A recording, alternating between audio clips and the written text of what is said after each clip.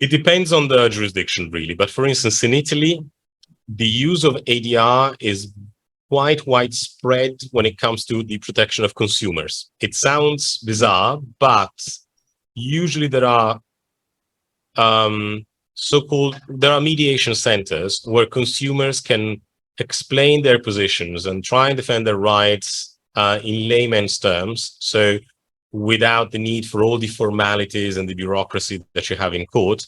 And for small claims, you can settle the matter in front of a mediation tribunal. That applies, for instance, to telecommunication. It applies. So if you have a dispute with your telecom company, if you have a dispute with your bank, with your credit card company and stuff like utilities. So you've been charged 50 cents more for whatever, you go to these arbitration centers, the arbitrations or mediation centers. So it is widely popular for that. In Italy, we don't have arbitration for a private person, right? Is one of the parties is governmental body usually, right? Okay, no. In theory there are no limitations. That is, a natural person can go for arbitration. I mean the tend of the parties. Sorry, I lost you for a second. The tend of the parties who they tend to use arbitration. I think. Oh, okay. Yes, it is primarily companies and businesses, of course. Mm-hmm. Yes. So, and in terms of industries, shipping, maybe,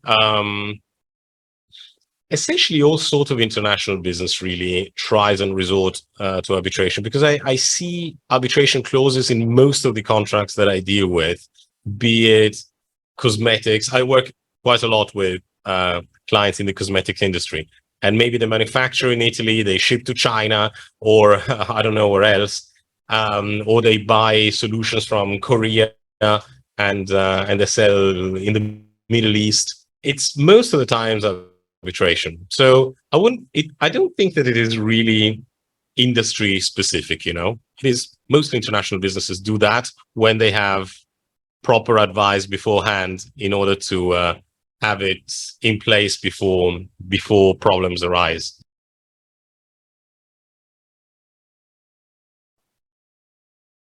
First of all, the pandemic is not necessarily an event of force majeure. I had several online webinars like this about defining COVID-19 as an event of force majeure.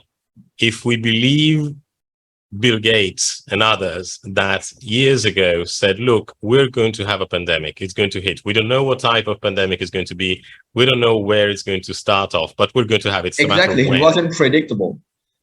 So the element of unpredictability, which defines an event of force majeure, was not there.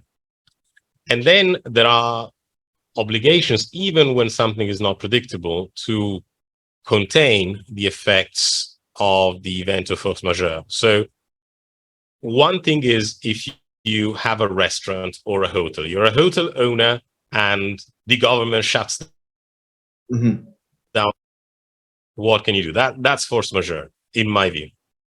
But if you are a university, if you are a student, if you're a lawyer, if you can work from home, then I wouldn't see a lockdown as an element of force majeure. So it is debatable. Having said that, yes, if you have an arbitrator allows to go for online dispute resolution, it can be done even during a pandemic phase. All right, that was great, Federico. Thanks for your time.